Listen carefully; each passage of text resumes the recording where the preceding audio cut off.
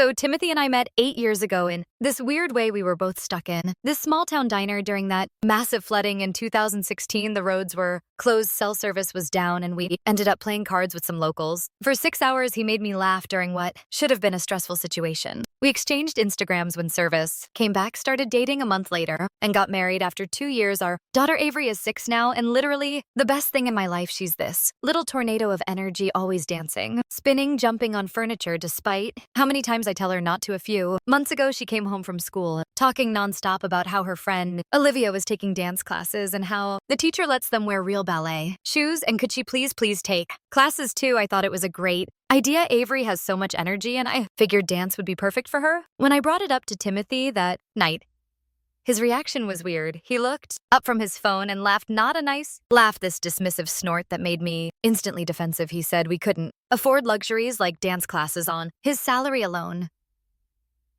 and that if I wanted Avery to do expensive activities, maybe I should contribute more financially. This caught me completely off guard. I'd cut back to part-time after Avery was born, which was something we both agreed on. And we weren't struggling financially. As far as I knew, we have a modest house, 2 older cars that are paid off, and while we're not taking lavish vacations, I didn't think we were in such dire straits that $60 a month for dance was out of reach. When I said as much, Timothy pulled up our bank app and showed me how little was left after bills each month. The numbers seemed off somehow, but I couldn't articulate why. He's always managed our finances because he has a head for numbers, so I agreed to pick up a second job, found an evening shift position at this diner near our house. The schedule was brutal. My regular job during the day, then waiting tables 4 nights a week. I'd come home exhausted, feet aching, smelling like fryer oil. Timothy said I was being dramatic when I mentioned how tired I was. He actually said, and I will never forget this, that I didn't deserve to be tired if I barely contributed financially. I swallowed my pride because, hey, this was for Avery's dance classes, except 3 months into my second job,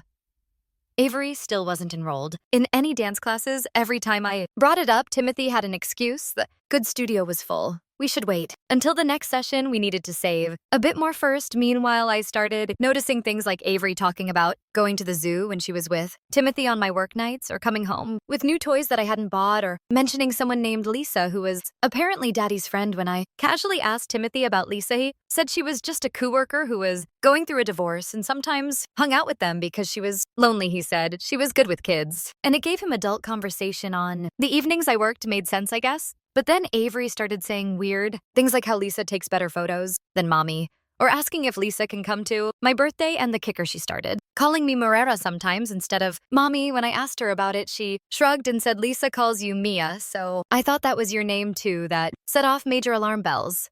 I checked Timothy's Instagram and found nothing suspicious. No. Lisa checked his Facebook. Same thing when I tried to casually bring her up again. He got irritated and said I was being paranoid and that his friendship wasn't up for discussion. Things really started falling apart 3 months ago. I came home early one night because the diner was slow. The house was empty. Timothy's car was gone, and he wasn't answering texts. He finally responded saying they were grabbing ice cream and would be home soon. When they arrived an hour later, Avery was wearing a brand new outfit I had never seen and talking excitedly about the cartoon movie they'd just seen. Not ice cream, a movie. And from the way she talked, it was clear they included Lisa after Avery went to bed. I confronted Timothy, asked why he lied about where they were, asked why Avery had new clothes when we supposedly couldn't afford dance classes, asked who exactly this Lisa person was. To our family, he got this cold look I'd never seen before and said maybe if you were more fun, she'd still call you Mommy. I just stood there shocked, angry, hurt, but I didn't say anything, just nodded and walked away because what do you even say to that? That was 5 months ago, and since then I've been paying attention, working and watching, and the pattern is clear. Timothy has work dinners that always happen to fall on my nights off. Avery mentioned staying at Lisa's house. Sometimes when I have overnight shifts, there are charges on our credit card for restaurants and movies on nights. Timothy told me he was working late. Timothy has new clothes, a fancy new smartwatch, but we still can't afford Avery's dance classes. Last week, I was helping Avery clean her room and found a stack of photos tucked in her dresser drawer. Pictures of her, Timothy, and a woman I'd never seen before at an amusement park, a water park. What looked like a Christmas gathering. The photos had dates on the back. This has been going on for over a year. Since before my second job, the woman Lisa, I assume, is pretty in that. Instagram influencer, way blonde perfect. Teeth, the kind of casual expensive. Clothes that look effortless, but probably cost a week of my diner wages. In one photo, Avery is wearing a dance outfit, a real one with a tutu, and everything the date said over a year ago. Guess he took her to classes back. Then and stopped. She never told me, and I never knew until Olivia brought it up. Again, so he told me we couldn't afford. Dance classes made me get a second job, all while he was taking our daughter to dance classes with another woman and spending plenty of money doing it. Yesterday, Avery asked me if Lisa was going to be her new mommy someday, just like that over breakfast between bites of cereal. I nearly dropped my coffee mug. I asked her what made her think that. She shrugged and said because Daddy and Lisa are special friends and she sleeps in Daddy's room when I stay at her house. Don't even know what to do with that. Information I haven't confronted Timothy. Yet because I need to be smart about this, I can't just explode and make everything worse for Avery. So here's my plan. I'm requesting copies of all our financial records for the past year. I'm switching my D shifts to align better with Avery's schedule. I'm saving every photo, every piece of evidence I can find. I've made an appointment with a lawyer. Next week, I'm done being gaslit done, working myself to exhaustion while my husband builds a new family with another woman, done watching my daughter slip away from me. I feel like I'm living in some alternate reality where everything I thought I knew was a lie first update. So I have updates and they're not good. Remember how I mentioned I was going to request copies of our financial records? Well, I did one better. Timothy has always handled our finances, claiming I'm not good with money. His words, not mine. Our main account is joint, but he set up the online banking years ago, and I realized I didn't even have the login info anymore. The password I thought we used didn't work when I tried it. Instead of asking him, which would have immediately tipped him off, I went directly to our bank branch last Wednesday during my lunch break. The teller initially gave me that skeptical look when I explained I needed statements but didn't have online access to my own account. But when I showed my ID and explained I was a joint account holder who simply needed access to our family finances, she was super awesome. Helpful. What I found made me want to throw up right there in the bank lobby. For the past 18 months, Timothy has been transferring money regular amounts, usually between $300 and $500 to a separate account I knew nothing about, like clockwork on the first of every month, plus random additional transfers, scattered throughout, sometimes small amounts, sometimes larger ones coinciding with what I now realize were those work trips he'd take. The amounts added up to over $20,000 in the past year alone. $20,000, and here I am working double shifts at a diner for months because we supposedly couldn't afford $60 a month. For dance classes, that's less than what he transfers to this mystery account in a single day sometimes. But wait, it gets better or worse, really. The statements showed regular charges at places I didn't recognize, lots of restaurant tabs, way higher than anything we ever spend when we go out as a family. Hotel charges in nearby cities, a jewelry store purchase for over $1,000 at Christmas, when my gift from him was a $20 scarf from Target, which I was grateful for at the time because we were on a tight budget. After the bank, I went home and did something I've never done before. I went through Timothy's desk drawers. While he was at work, I felt like a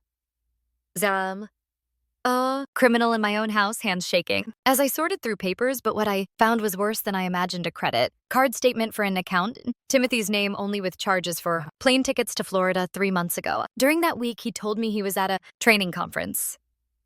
Upstate, 2 tickets, one under his name, one under Lisa Harrington. I took photos of everything with my phone evidence. Then I found the property tax statement for a condo across town that I had no idea we owned. Or rather, Tim owns his name only on the document purchased a year ago, guess, where Avery goes on those nights when I work late. Not Lisa's house, as she says, but a whole separate property that my husband bought without my knowledge at it. And that's when everything started clicking into place. For months, I'd been killing myself at the diner for a few $100 extra, money he didn't even need. I used to think he made me get that second job because we were struggling, because maybe things were tighter than I realized, but now I see it for what it was: a way to keep me busy, out of the house, to exhaust, to ask questions if I'm gone every night. Then Lisa gets to be the one doing bedtime, making pancakes, playing mommy. That second job wasn't about dance classes. It was about getting me out of the way. Spent the rest of the afternoon in a weird, calm state of shock, just methodically taking photos of everything. I found putting it all back exactly where it was, and then sitting on our back porch staring at nothing until it was time to pick up Avery from school. When she came running out of the building, face lighting up when she saw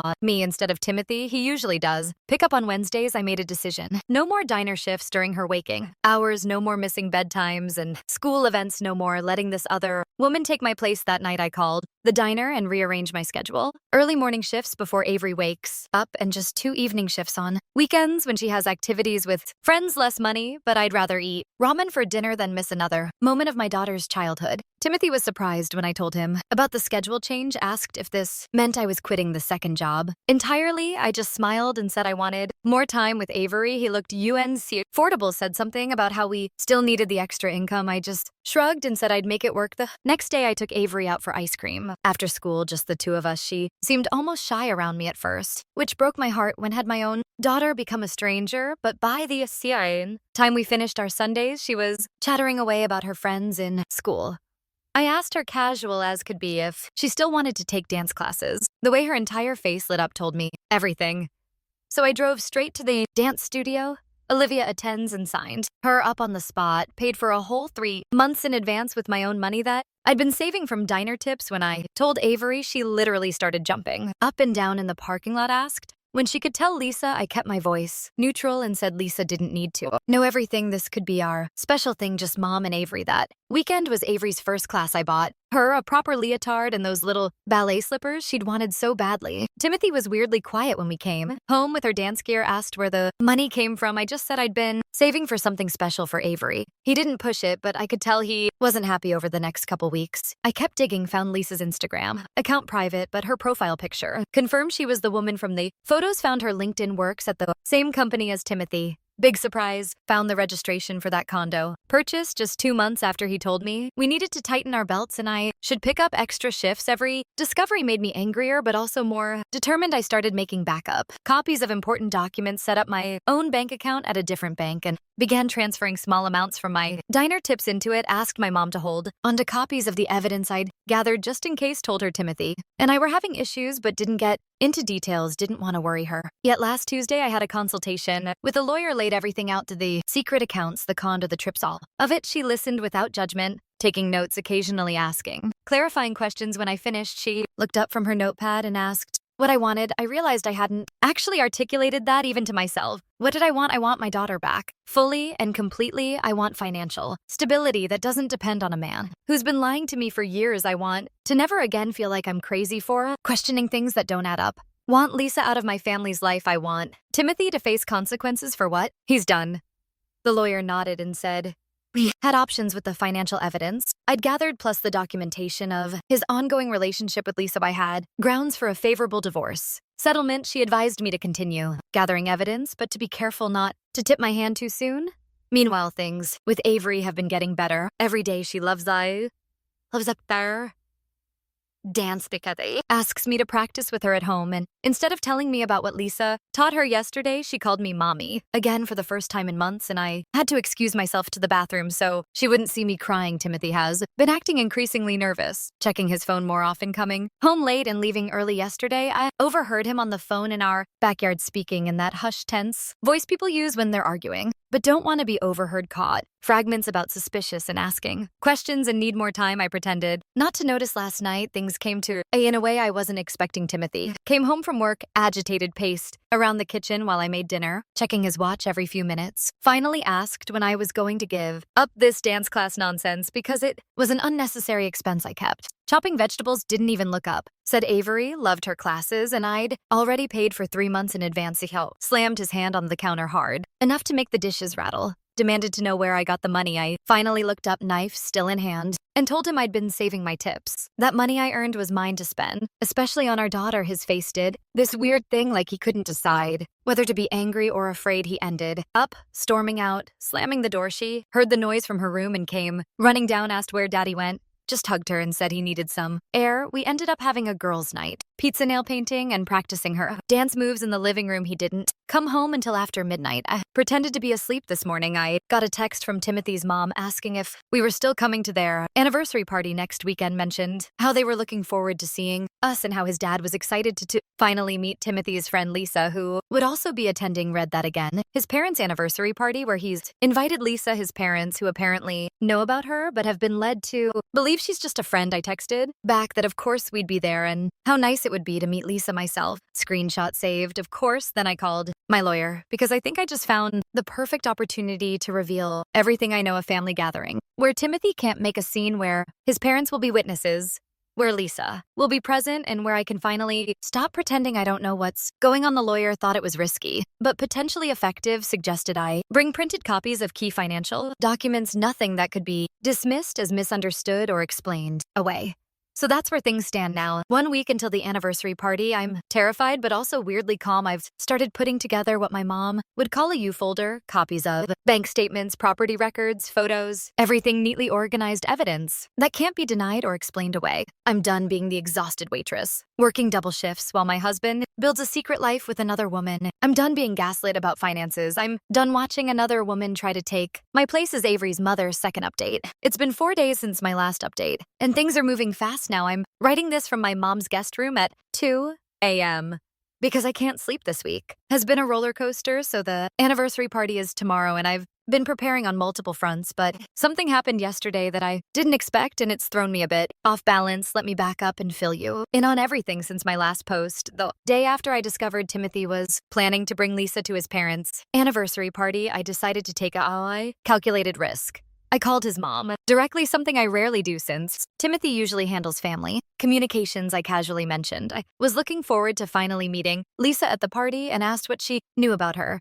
There was this weird pause on the phone. Then his mom said something that confirmed everything. She told me how Timothy had explained that Lisa was helping with Avery while I was focused on building my career with my second job, that I was struggling to balance motherhood and work, and Lisa was just stepping in as a friend. His mom actually sounded sympathetic toward Lisa, this woman who's been sleeping with my husband and playing mommy to my daughter. She mentioned how Timothy brought Lisa to their house for dinner last month. When I was working late at the diner to supposedly help our family finances. I made some vague, agreeable noises and ended the call before I could say something I'd regret. Then I sat in my car in the Target parking lot and screamed into my jacket. For about 5 minutes after that call, I reached out to my own mom for help. I've been keeping her somewhat in the dark about how bad things really are because she lives 3 hours away and I didn't want her to worry, but I needed backup. So I finally told her everything. Mom was furious, not just at Timothy, but at me for not telling her sooner. We had this intense conversation where she kept saying she'd drive up immediately, and I kept insisting I needed to handle this myself. We compromised. She'd come up the day after the anniversary party to help with Avery while I sorted through the aftermath with that backup secure. I turned my focus to 3 priorities: strengthening my relationship with Avery, finalizing my evidence collection, preparing myself mentally for what was coming for Avery. I've been fully committed to dance class time I joined, that parent class I mentioned, and while I'm honestly terrible at it, seriously, have the coordination of a newborn. Giraffe Avery thinks it's hilarious, and the best way she's been teaching me the moves she learns in her class, all serious and professional like a tiny dance instructor. It's become our special thing. Wednesday afternoon, I picked her up early from school and took her to get ice cream. While we were sitting there with our sundaes, she asked me something that broke my heart all over again. She wanted to know if I was mad at her for liking Lisa. I had to take a deep breath before answering, told her that I could never be mad at her for caring about someone, and that grown-up stuff between me and Daddy and Lisa wasn't her fault or her problem. She seemed relieved, but then asked another bomb of a question. She wanted to know if Lisa was going to live with them at the other house all the time now. I asked her what she meant by the other house. She explained it like it was the most normal thing that Daddy and Lisa have a house where she sometimes stays over, and it has a pretty pink room just for her with all kinds of toys that don't fit in our house. She even has her own toothbrush there with unicorns on it. So there it was. Confirmation that the condo I discovered in Timothy's name is basically Lisa's place where they've been playing house. With my daughter, they've set up a whole parallel life, complete with a bedroom. For Avery, I managed to keep it together. Asked a few more questions like I was just curious, not having my world tilted on its axis again. Found out the other house has a pool in the building and that Miss Lisa makes really good pancakes shaped like Mickey Mouse. That night after Avery was asleep, I laid out every piece of evidence I'd collected: bank statements, property records, photos, text screenshots. I created what my lawyer called a divorce documentation. Package everything neatly organized in a folder with copies stored in both digital and physical form in multiple locations, one set with my mom, one in my personal email, one in a new Google Drive account Timothy knows nothing about. Then I did something I hadn't planned on. I drove by the condo address I'd found in Timothy's papers. I didn't intend to go inside or confront anyone. I just needed to see it for myself. It was in one of those fancy new mixed-use developments, downtown, the kind with boutique shops on the ground floor and luxury apartments above, the kind that costs more per month than what we pay on our mortgage. The next day, Timothy started acting strangely. He came home early from work, which never happens, started asking weirdly specific questions about my schedule, about who was watching Avery. When I was at the diner about whether my mom was planning to visit soon, at one point he picked up my phone from the kitchen counter and asked if I changed my passcode. I'd been careful not to change any of my normal patterns. I told him no, must be misremembering it. He tried again and got in, scrolled through something quickly, then put it down like it was nothing. That night he suggested we talk about our relationship. This from a man who has avoided serious conversations for our entire marriage. He started with how he knew things had been difficult lately, but he thought we could work through this phase, said maybe I should cut back on the diner job since it was causing stress for everyone. I just nodded and said I'd think about it. Inside, alarm bells were ringing. He knew something was up.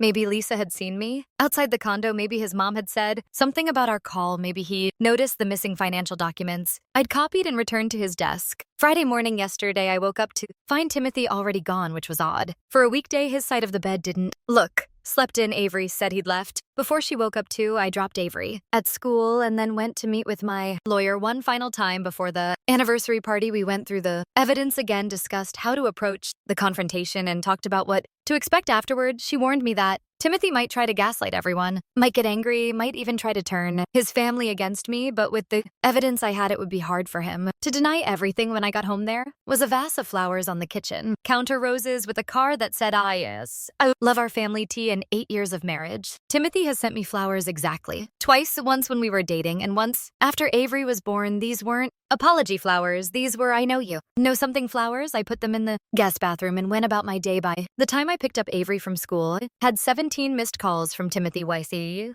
texted him that my phone had been on silent during a meeting and was everything okay? He called immediately, asking where I was, where Avery was. Sounding panicked, I told him we were heading to the mall to look for an outfit for Avery to wear to his parents' anniversary party. He seemed to calm down, said he'd be home for dinner, asked if we could have a family night.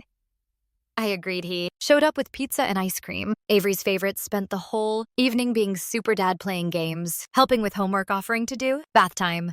It was like watching an actor audition for the role of Father of the Year. After Avery went to bed, he sat down next to me on the couch, closer than he's voluntarily been in months, started talking about how maybe we should take a family vacation soon, just the three of us, how he's been thinking about our future, how much Avery needs both her parents. I just sat there watching him perform this role of devoted husband, wondering if he actually believed I was buying it. At one point, he reached for my hand and I let him take it because it seemed easier than pulling away. His palm was sweaty. He asked if I was still planning to go to his parents' anniversary party tomorrow. I said, of course, why wouldn't I be? The look of relief on his face was almost comical. Then he casually mentioned that his friend Lisa probably wouldn't make it. After all, something about a family emergency. I just nodded and said that was too bad. I'd been looking forward to meeting her. This morning, I woke up to Timothy watching me sleep, not in a romantic way, in a nervous, monitoring way. When I opened my eyes, he quickly pretended he was just getting up, asked if I wanted breakfast, if we should take Avery to the park before heading to his parents' house. Later, I smiled and said sure, that sounded nice.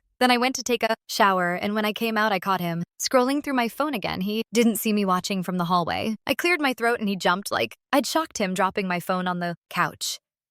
That's when I decided I needed a backup plan. After breakfast, I told Timothy I needed to run a quick errand to pick up a gift for his parents. Instead, I drove straight to my mom's house, told her everything that had happened in the last few days, and asked if she could come back with me now instead of waiting until tomorrow. Mom didn't hesitate, packed a bag in 10 minutes, and we drove back together. When we pulled into the driveway, Timothy was standing on the porch, arms crossed, looking like he'd seen a ghost when he spotted my mom in the passenger seat. The next few hours were this weird dance of Timothy trying to be charming to my mom while shooting me confused, panicked looks when she wasn't watching, mom being polite but cold, me pretending everything was normal while finalizing my mental preparation for tomorrow. I told Timothy I was staying at mom's tonight because she wanted help setting up for a brunch she's hosting next week. He tried to argue but couldn't really say anything, with my mom standing right there. So here I am at my mom's house with my evidence folder and a change of clothes for tomorrow's party. The anniversary party starts at 3 tomorrow afternoon. Timothy thinks I'm meeting him there. His parents are expecting both of us, plus Avery, my lawyer, is on standby for a call afterward, and Lisa, I have a feeling she'll be there despite Timothy's claim about her family emergency. Either way, I'm ready. The photos will speak for themselves. I know confronting him at his parents' anniversary party might seem cruel, but after months of gaslighting, lying, and watching him try to replace me as Avery's mother, I'm done protecting his feelings or reputation. His parents deserve to know who their son really is, and I deserve to take back my dignity on on my own terms. Final update, it's been 3 weeks since the anniversary party at Timothy's parents' house. I've tried writing this update so many times. Started typing, then deleted it because the words wouldn't come together right. It's hard to process everything, but I owe it to everyone who's been so kind in their messages. Thank you, truly. I've read everyone.